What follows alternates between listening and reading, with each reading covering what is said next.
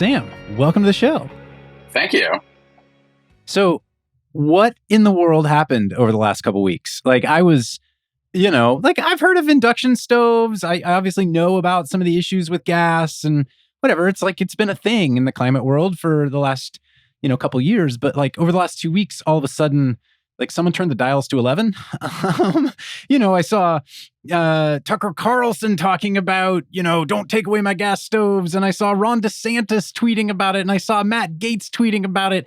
My colleague, Nicole Kellner, who's our artist in residence at MCJ Collective, created a piece of artwork that she put on Twitter that said gas is gross and had a picture of a gas stove. And she had to turn off Twitter. She was getting so much hate comments.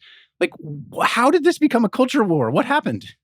So I think we just talked to Nicole actually, like just before this, which is sort of funny. But yeah, like I don't know how this exactly happened, like in an orchestration sense, but I did see a bunch of messages claiming that, oh, there's like an op going on and they got AOC and that no opinion guy and some other things. And I was just like, cool. So if you think I orchestrated this, like upsells me as like a founder and like all of my like machinations and like preceding all this stuff. And it's like, no, this is not me. This is not even impulse.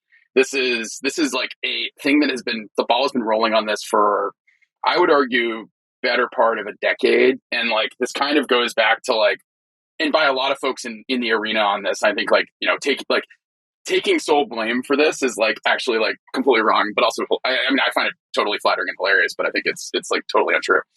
And so there was a bunch of studies that I think have been percolating over the past, I would argue like 10 years, but like this has been going on longer.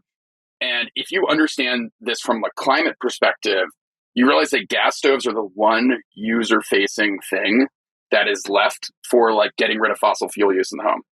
And so once you realize that like the flame of the gas is the user experience, you run into this problem of like, okay, that's the one that's actually gonna be hard to switch. Like everything else you can do from a like, if the economics line up, you'll get a heat pump. Like those sort of things are your central forced air system can switch from gas to heat pump and you don't notice.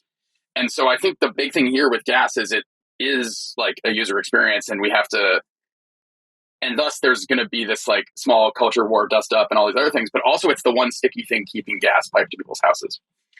Unpack that for us more. Like what's I think I saw some stats on that in terms of, the number of houses that have increased their gas usage over the last few decades. It's something like in the 1970s, it was less than 30% of single family homes had gas. And today it's, 50% plus. And in some big areas like California, New York, Illinois, it's 70% plus of homes have gas stoves. How has that happened? Like what's been the path to the increasing growth of gas usage in the home? And also, I guess, related to that, how does that help the gas industry continue to have access to gas in home for other use cases like water heating and, HVAC, et cetera?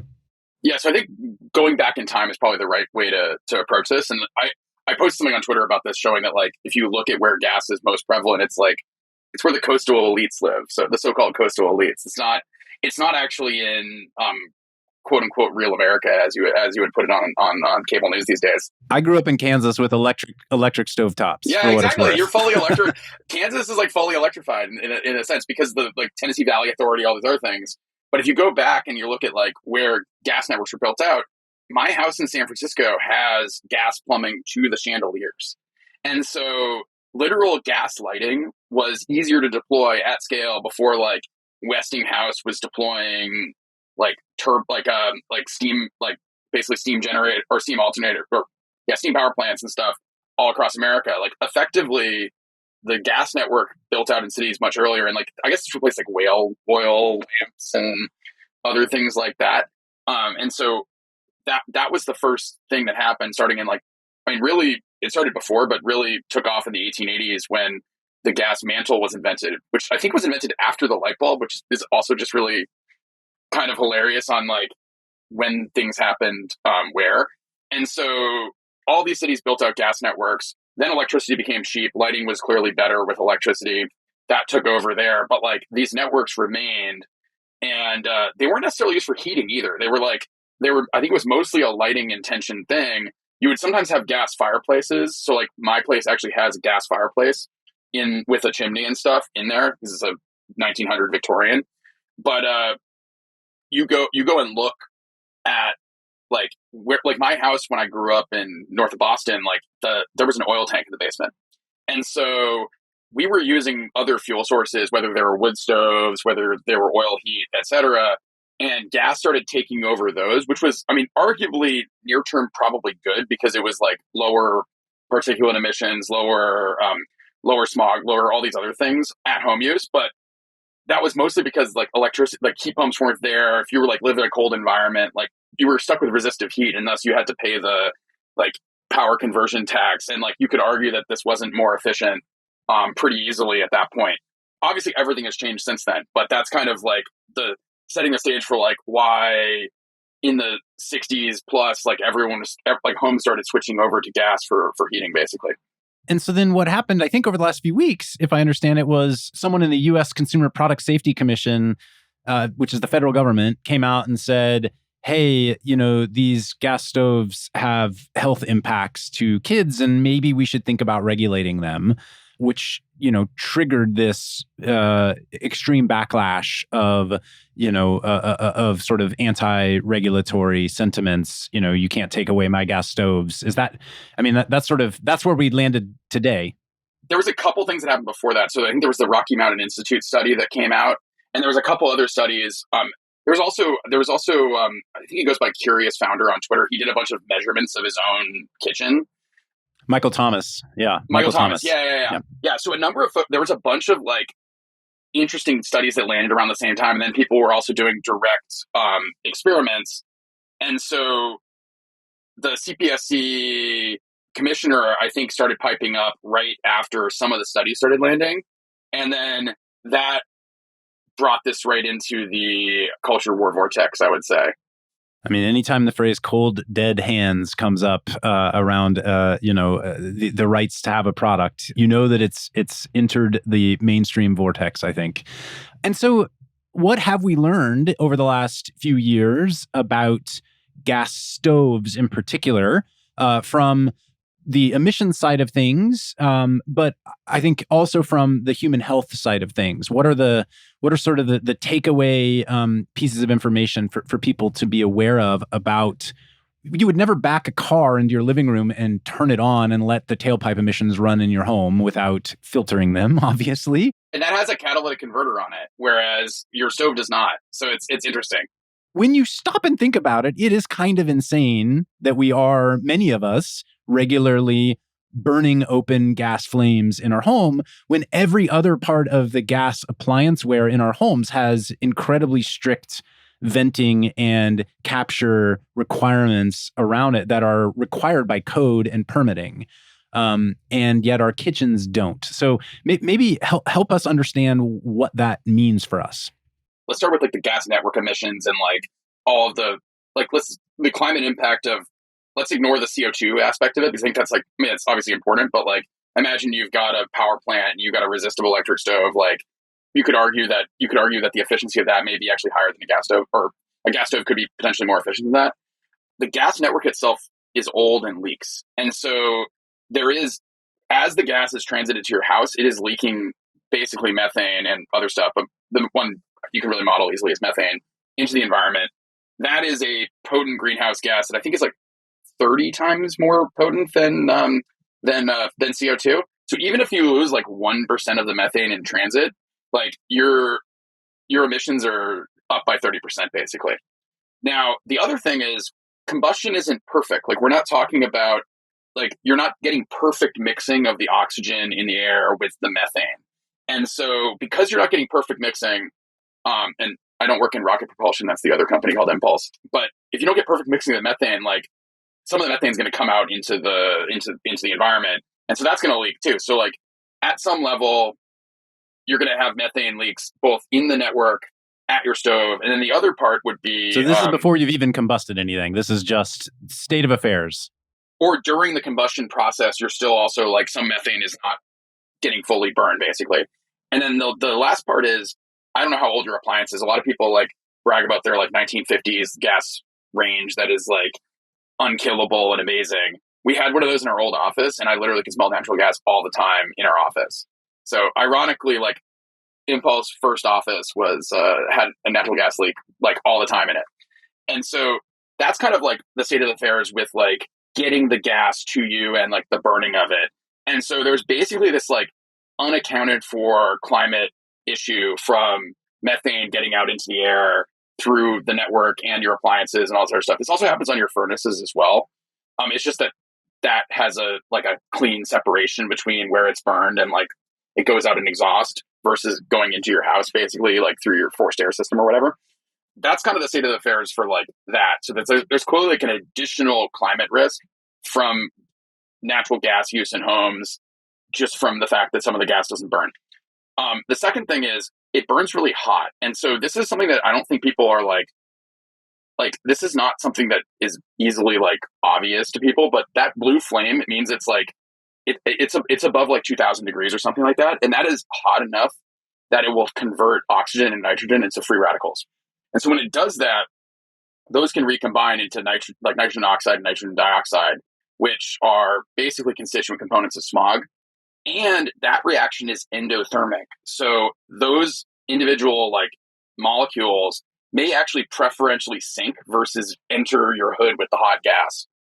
So you end up kind of combining all of these things, and you're like, okay, now you're generating like smog in your kitchen. You're also generating CO2, which is like, people don't talk about this, but like I sleep with my door open because like I put a CO2 meter in my bedroom and it went up to like 1500 ppm when I sleep. And like if I open my door, it fixes that. But like your kitchen will actually, unless you have like a window open or something like that, like you'll have higher than usual CO2 levels. And that's not like great for cognition and other things like that. It's temporary, but it's not great for all these things. There's the nitrogen oxide, nitrogen dioxide risk, which a bunch of these studies coming out are saying there's a childhood asthma risk associated with it. Yeah, I have a purple air sensor, near my kitchen, and I do have a gas stove. And when I cook, that thing turns red every time. I don't know how much of that is the particulate matter coming off of the gas that's combusting, and how much of that is food particles that are getting thrown into the air. But I think the Michael Thomas at Curious Founder study that you mentioned that he published on Twitter did go into that, where he was able to figure out the separation of the two. I actually have we're going to get into induction plates and induction burners and stoves and all that shortly. I do have an induction plate as well, and I should do an A/B test against the two of them just to compare and contrast at some point. I haven't done that yet, which would actually be a fun little personal experiment to run. So I was going to predict that the defenders of like gas stoves will probably run the PM test. And like, I have an air quality meter. I forget the brand that I bought. It doesn't really register when I turn my gas stove on. I think except for like CO2 might increase in my kitchen or something like that. Because it doesn't have the NO or NO2 sensor in that system. The PM, when I measure it, comes from like, I'm using a wok and it's making a mess kind of thing. And like that's where you'll see a lot of the PM. But again, keeping in mind that that's not necessarily PM 2.5, that's like larger particles and stuff like that may be less long-term harmful. Also, like we evolved around cooking food and stuff. So it's worth noting that like humans control fire, and like wood fire is like in the 500 something degree, like it's in the like 400 to 900 degree sort of range. It's way harder to form nitrogen oxide, nitrogen dioxide from a wood fire than it is from methane, basically. And like these high temperature fires have only been more, except for like niche uses, like you're a blacksmith or something back in the day, like those weren't like available in people's homes and stuff like that. And then I think you mentioned the asthma risk, and I think the number that I saw was that kids in homes with gas stoves are 42% more likely to contract asthma. I think it was like 14 or something, if I remember correctly. I want to be careful on those studies yet until we actually get a little bit more, because one thing is, I think it was kind of this like study with some correlationary stuff. So we want to just be like very cognizant that like it appears that there's a real risk here, but like now there's going to probably be a much more detailed study following children over the next couple of years, and we'll probably get like pretty direct data from a explicit study. That's my guess. That's my guess. That's great. Yeah, the one I saw was from the UCLA School of Public Health, but one study is one study, and I think you're right to caution us to not take one study out of context. Until you can draw conclusions, you need to have multiple points of peer-reviewed data that can all be compared against each other. My point is, it seems like there's something real here. I think that we're going to get reinforcing data in the next couple of years is my guess. Yeah. And so, the culture war was triggered over the potential for federal regulation around gas appliances in new home construction, which is mirrored, I think, after some of the state and local regulations that we have seen come into place in certain geographies. So California, for example, has passed legislation or regulation, I guess, to reduce commercial and residential emissions to 60% of 1990 levels by 2030. NYC has Local Law 97 that has a 40% reduction in building GHGs by 2030.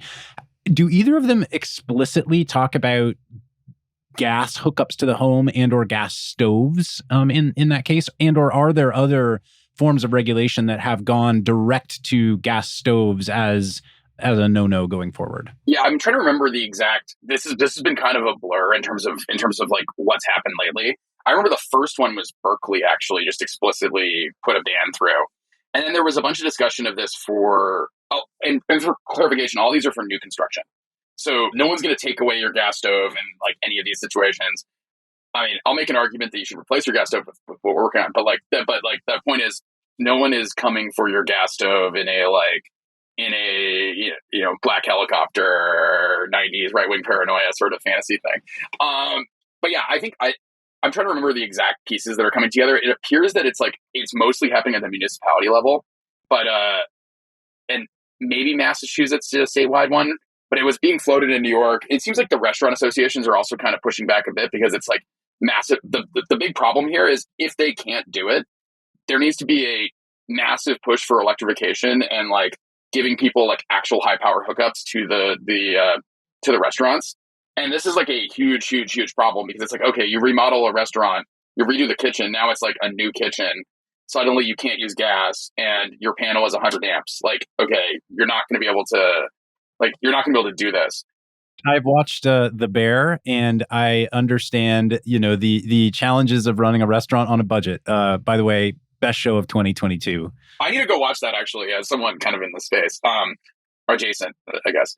Yeah. So the thing that's interesting is the pushback in LA was the Korean barbecue. It was the end of Korean barbecue in LA, and I was what's really interesting with this is if you look at actually how these restaurants work, it's if you actually had a barbecue grill that was electric at every station, at every table, the power draw for seating everyone would be off the charts nuts.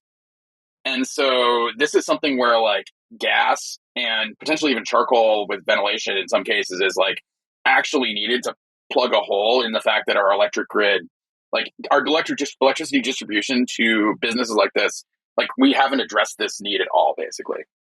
Super great point. And, the sort of built-in sunk installation cost is always, a huge consideration for any type of transition. And that sunk installation cost isn't just at the point of usage, it's the whole infrastructure around it, right? And to your point, the electric grid, if all of a sudden everything was pulling 220, presumably would have major issues. I would think.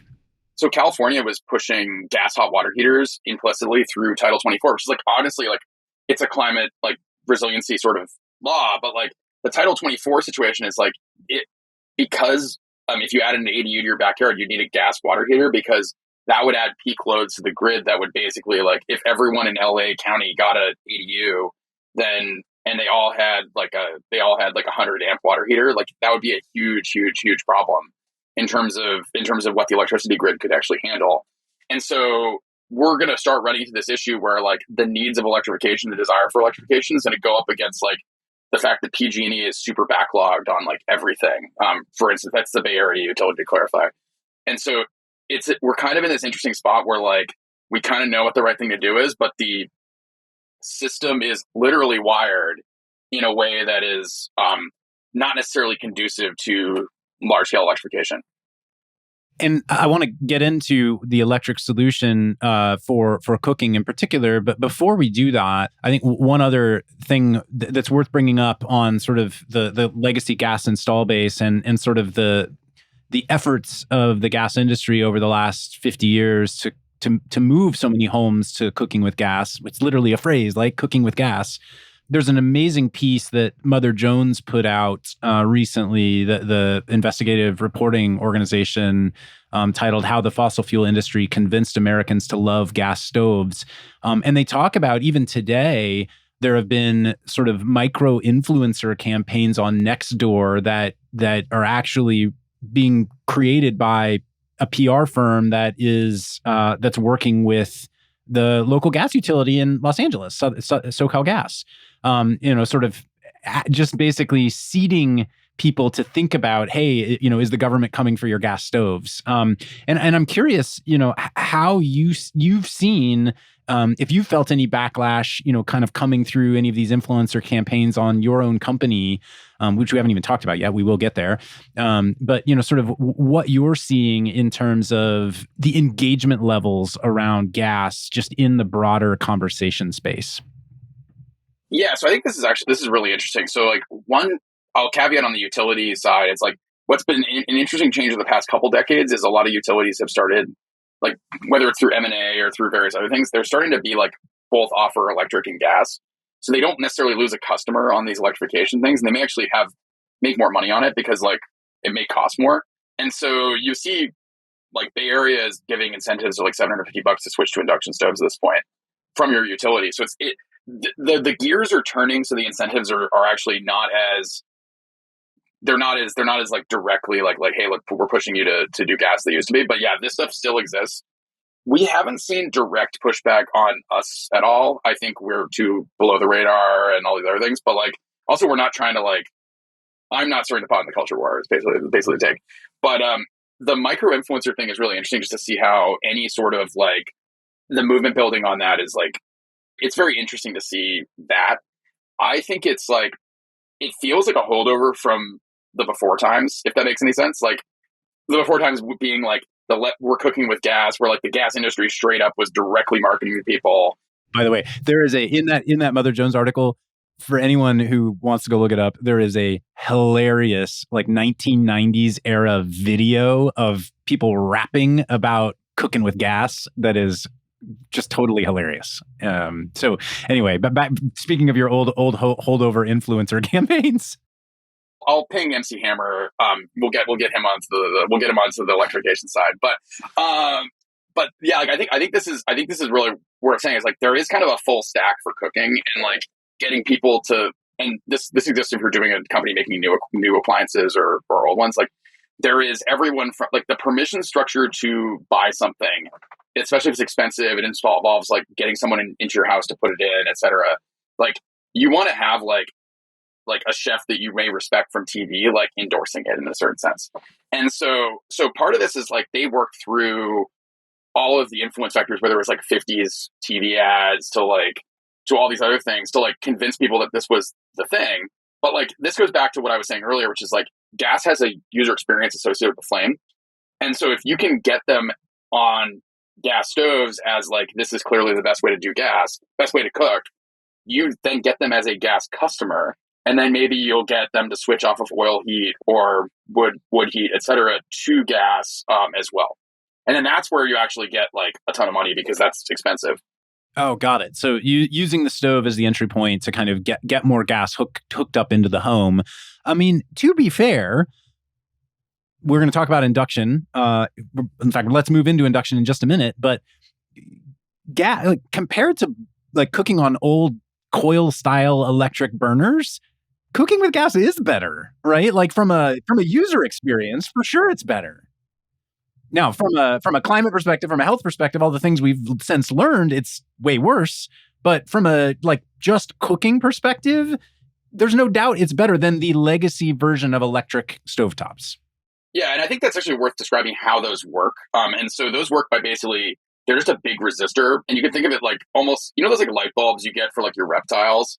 Maybe I'm weird because I had frogs as a kid, but like you get like you need like a warming lamp and it like glows in infrared. They're basically like it's a big chunk of metal. It's a big metal spiral that like you run electricity through and it gets hot, and then it starts glowing, and then that transfers the heat to your pan. The problem with that is that thing is a big chunk of metal. And so when you turn off the power, it still glows.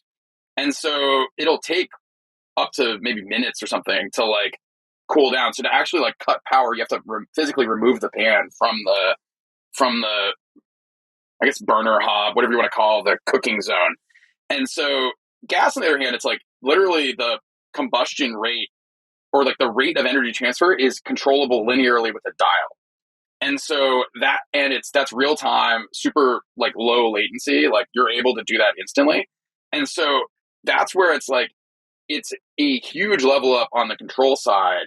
And especially when like your first stove might be a cheap electric one in your college dorm room or something, this is like, it's night and day and amazingly different, basically. I would postulate that when most people hear, we need to get rid of gas stoves and go to electric, people are thinking of these coil style electric stoves, or they're thinking of, the sort of sleek induction, convection, be very clear, convection cooktops. That's called radiant electric, actually. The ones that look like an induction cooktop, but they have like still that glowing heating element, but it's below a sheet of glass that like transfers the infrared through it. And those have the same problem with like, it takes a second for them to one, get hot, but then also cool down. And so the problem with those is they look like an induction cooktop. So people look at an induction one and they're like, oh, that has to suck because it looks like that thing. Because I used this thing in the 1990s in my, my grandma's house or my parents' house, and it was terrible, right? Yeah. And so the way to tell, by the way, is if you turn it on, it glows versus it doesn't glow, then, it's a good way to tell. But like, and maybe there'll be a tiny word that says induction, like right next to one of the burners or something like. Got it. So that's called radiant. That's called radiant electric. Radiant electric. Okay. Yeah. It's hilariously how bad this has been marketed. It's terrible. Okay. So now the new type of electric stove is an induction stove, which is fairly new technology as far as I understand it. 50 years old, actually. Okay. So what is an induction stove? So an induction stove was enabled by power transistors. So it's basically was only possible in the 60s plus effectively. But what it does is it converts the incoming energy from the grid into a high frequency, like I think it's usually like 20 to like 30 kilohertz, like high frequency waveform. When 20, 30 kilohertz is like, it's not exactly like radio frequency, like AM radio frequency, but it's like 1/10 that kind of thing. But it's not an antenna; it's in like a coil. So you can think of it like an electromagnet. If you've ever used one of those in like middle school science class or something like that. But because you're switching the magnetic field at like 25,000 times a second. That if you have I'm going to use my coffee can as an example here, but if you have something that has steel in it, that has iron atoms, and those iron atoms will literally vibrate at that frequency. That causes friction in the steel, and that heats the pan up directly. So what ends up happening is all the guts of the stove maybe they're like mildly warm from kind of various inefficiencies in the system, but the only thing that really gets hot is the pan itself. And so, as I understand it, it's, I think of it as these kind of magical magnets. And what I'm hearing you say is that they're actually moving iron atoms and vibrating them to generate heat. Is that the right way to think about it? Yep. And so there's two heating methods in an induction stove. There's eddy current, so it's causing current to flow in the pan, and then it's also causing those iron atoms to vibrate. And so the combination of those provides heat. But what's cool about it is as soon as you turn that field on or off, you get direct control over heating. Like that's putting energy in immediately and turning it off. So you have like, it's instantaneous in the same way as like possibly even faster than like you turning a gas valve. And so there's not actual radiant heat flowing from the cooktop to the pan or to the food. Nope. No. Okay. You could literally put a spacer between the cooktop and the pan. Like you could put like fiberglass or fancy aerospace materials like aerogel between them, and like only the pan gets hot basically. And as I understand it, it also can heat faster and with more control than both if this is true, both a gas and or a traditional electric stovetop. Yeah, because like your control is basically within like one wave cycle of that 25 kilohertz or so waveform. So like if you could adjust it waveform after waveform, you can control amplitude like arbitrarily quick. Like, I believe on our system, you probably could play audio over it if you really wanted to. Actually, to that point, whenever I turn it on, like my sister's dog starts shaking. So is it putting out some kind of high frequency sound? Yeah.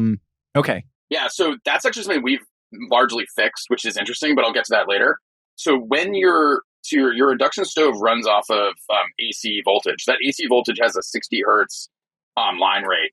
When that gets into the system, it gets chopped up and it gets rectified. So it gets actually converted to DC, but like with a like, you almost take the absolute value of it. So that turns into a 120 hertz waveform.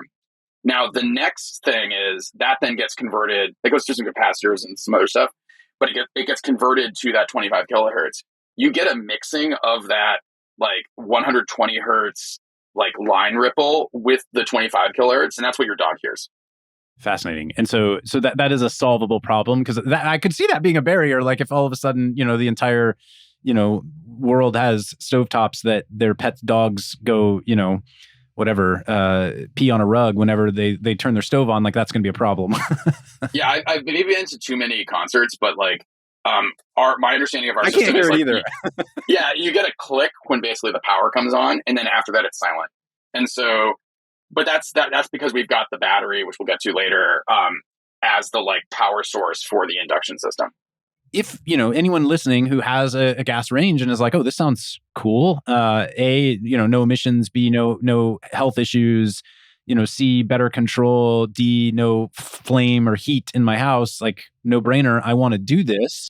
F, higher performance, you get like you can get up to like maybe 1.5 to 2x the performance of a gas stove with this. So what I did is I went on Amazon, and there was like, you could buy $100 single, panel, just so I could learn and like play with it. And, I bought a single, the equivalent of a single gas burner, but it sits on my countertop. And it's a single induction panel that I, use if I'm cooking a whole dinner. Obviously, I can't cook everything on one panel, but when I'm just heating up leftovers in a pan, like no big deal.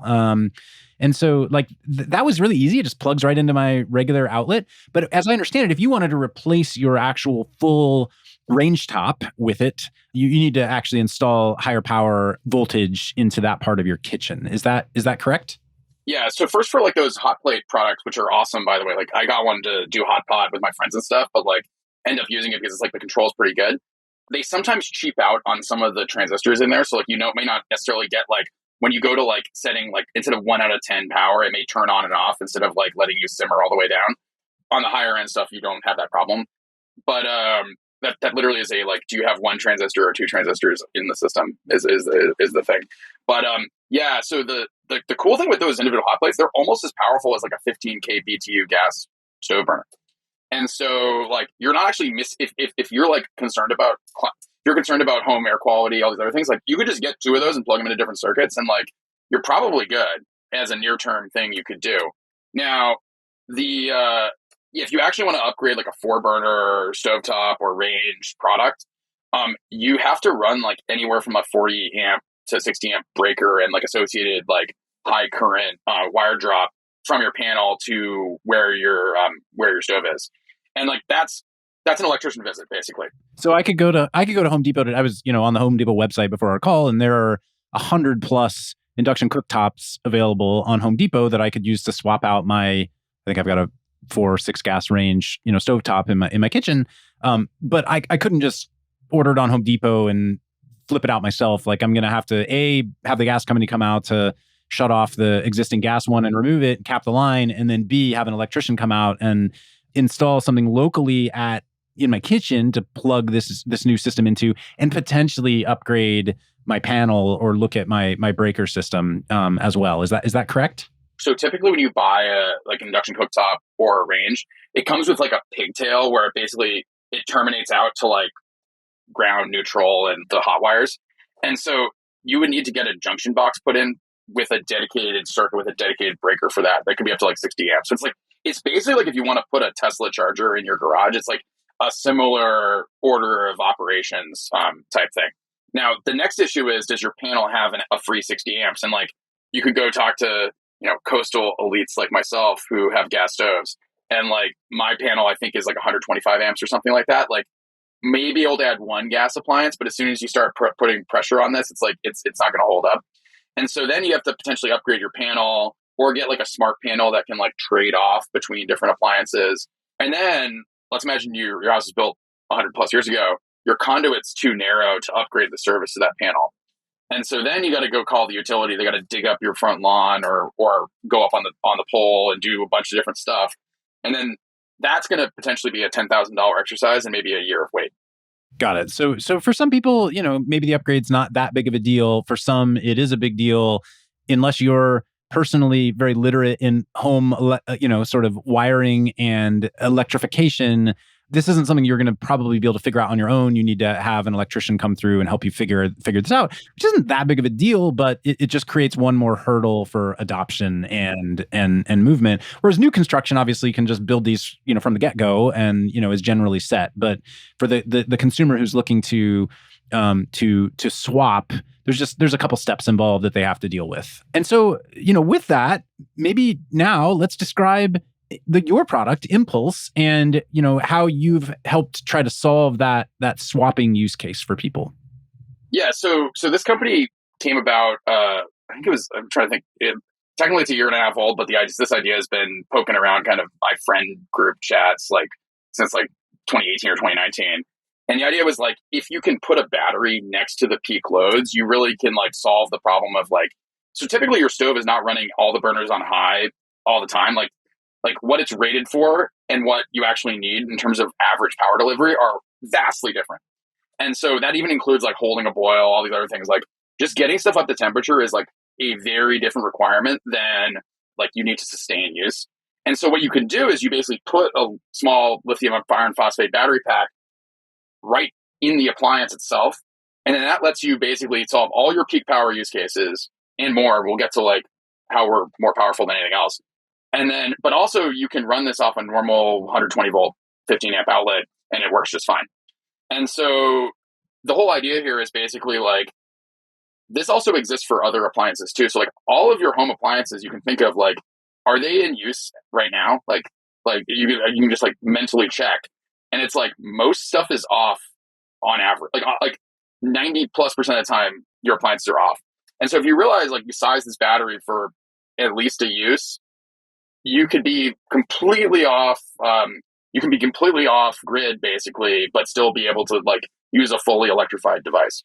I mean, it's interesting, whether it's Tesla or others have sort of trained us to think when it comes to home battery, we have to buy this big multi-$1,000 monolithic battery as a backup system and to kind of solve everything. Your approach is, hey, let's explode this out into each appliance and use it so that each appliance can have its own, kind of supply and demand curve on energy usage. Am I understanding that correctly? Yeah, and I think Tesla's done a really great thing for the industry and honestly has driven down the price of batteries to the point where it's actually tractable to do this. I think that they deserve a lot of credit for that. But they're charging $1,000 per kilowatt hour for a home battery system. And then it doesn't solve the wiring challenge that we mentioned earlier with any of this other stuff. So it's in some sense, they're both an overpriced battery that mostly caters to single family homeowners. And then also it's you still don't have you don't solve the wiring challenges, all this other stuff. And if you integrate the battery at the peak load, you can both get a home battery in the Tesla style of you can use this for fractional home energy storage, but also you solve the it's not last mile, but last 10 feet wiring challenge, which turns out that this is going to be a huge challenge in the next couple of years, especially with electricians being totally slammed, utilities being totally slammed, all this other stuff happening as we kind of make this hard pivot into a fully electrified world.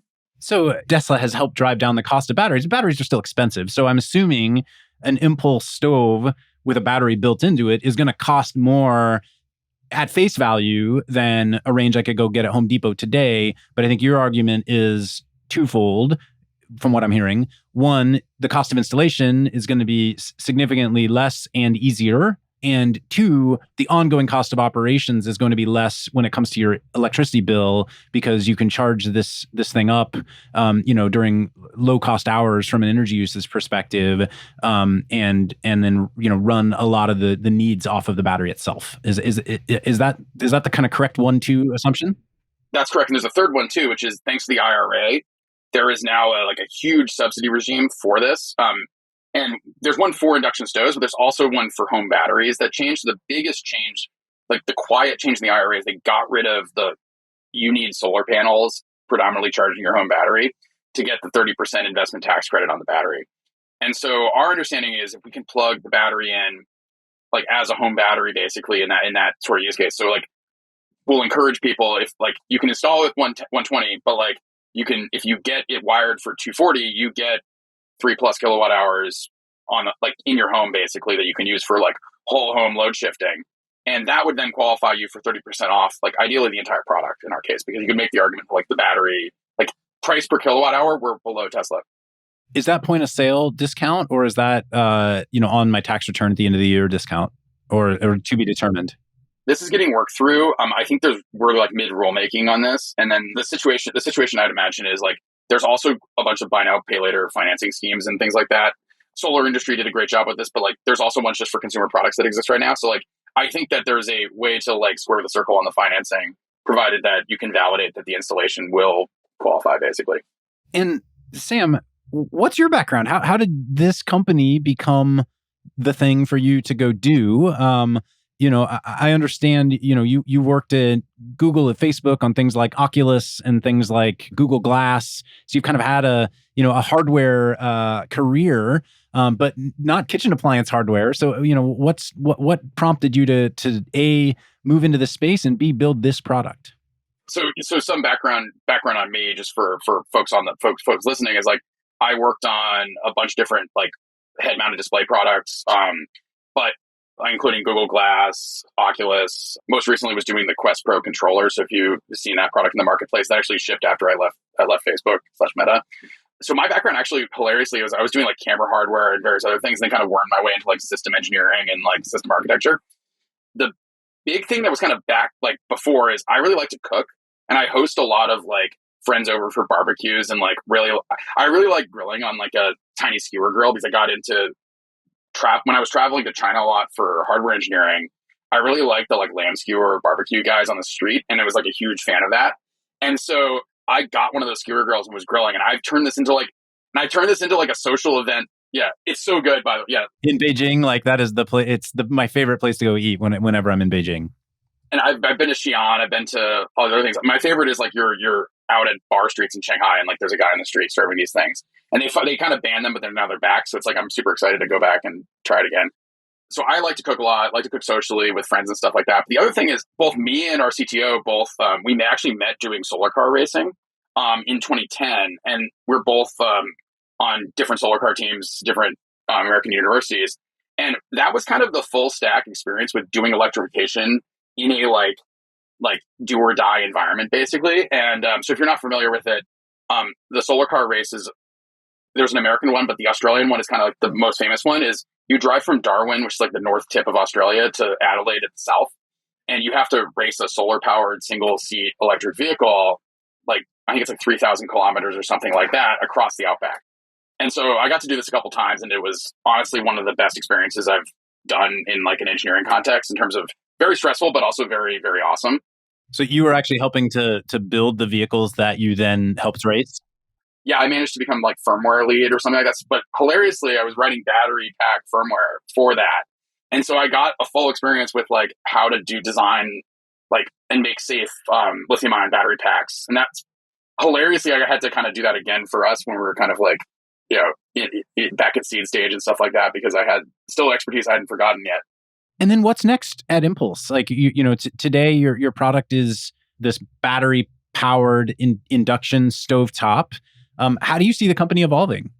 Right now, what we're doing is like focusing on kind of doing the MVP product, and the way we're approaching the MVP is like this will be broadly available. So the plan is this is not like this will be the ideal situation is like this is something that we will launch pre-orders for, and it will be broadly available.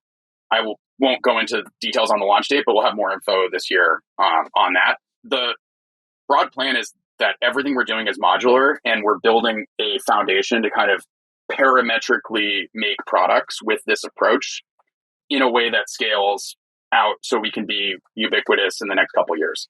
The approach meaning the sort of the local battery included hardware for an appliance. Is that by approach what you mean? Yeah, and making sure you have an inverter that like does all the stuff I mentioned before. The individual induction burner technology, we've innovated a lot there. We'll have more info on kind of all the things we've done there to really level up, because that's something that it's actually interesting if you poke into the supply chain for induction. There's like a couple companies that actually make the power electronics for all of these brands. Like our CTO background is automotive LiDAR actually, but he has designed his own electric motors, designed his own power electronics, including motor controllers and all this other stuff. So it's like, in some sense, the right kind of full stack engineer to do a lot of this tech development. And so we're in a place where basically we can actually innovate on kind of the foundational axes in a way that may be interesting to even the big appliance vendors, because we'll have tech that they may not even have internal capability of developing. So if I'm thinking of Impulse, obviously your first product is this induction stove, but I should think of Impulse more as a home electrification appliance sort of company and integrator. It sounds like is sort of the way to think about you from a bigger picture perspective over time. Yeah, I think there's a technology play where we can do some licensing deals, and like I'm not against that. I think delivering the full vision in a first party product is very important, especially early on. Like I think Tesla did this too to kind of like start the flywheel, where they worked with Toyota and Daimler and some early projects. So it's like, this is something that like I'm not like definitely not closing the door on, but I think it's important to actually ship the full vision of like, hey, this is where we think this stuff is going to go, and this is a very forward looking product as the kind of day zero thing we launch. So coming back to induction stoves, we talked a little bit earlier about how poorly the marketing has been, frankly. And, I think it's plagued the sort of home electrification space in general. I mean, heat pumps are kind of, frankly, a terrible name for the product that they are. Reverse air conditioner is better. Like a reversible air conditioner is better. It's hilarious. Yeah. I mean, induction similarly is confusing, and it's obviously getting cognitive dissonance in people's minds with what they think of when they think of electric cooking. I had a friend on Twitter reply to a question I asked about this recently, and he said, look at TVs, right? Like you have plasma, you have LED, you have LCD. None of them like really marketed heavily from a category perspective. What they all are is they're flat screen, right? They're not low weight TVs or talking about the power utilization of them. They are simply flat screen. And like that kind of worked, as people were moving from big boxy TVs to these things. But they were also significantly lighter and significantly easier to use. What do you think needs to happen in this category from a sort of mainstream naming perspective? Or is induction it, and we just all need to help people understand what it is?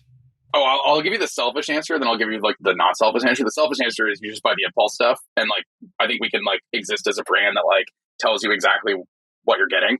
But I think that's a little silly, and like that's delusions of grandeur and all this other stuff. I do think that it's like very important to like.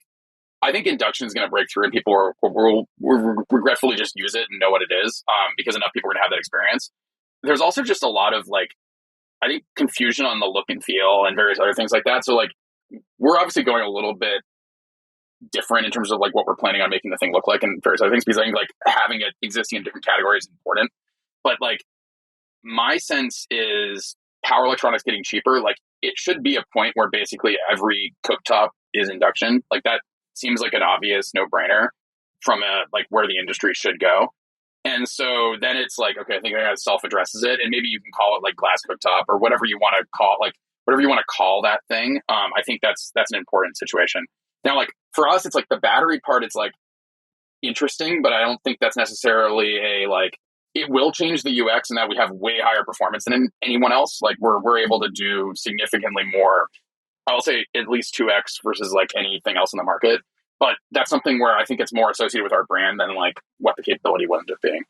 Yeah, I think this is a tricky one. I think it almost requires like more of an educational thing. And like obviously Stephen Colbert a couple nights ago and like all this other stuff, like it's starting to break through. But that's something where I'm not sure if I necessarily am going to be the one to engineer like new branding beyond like our own branding as a company.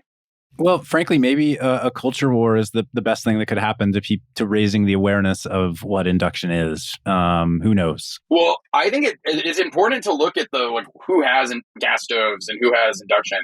I think it's like if you want to negative polarize all the gas stove users who are like like San Francisco, like left leaning elite types to like switch to induction. Like you couldn't have engineered a better thing than have like congressmen taking photos with their like rental unit gas stove in their DC apartment kind of thing, because they don't probably have one in their real house.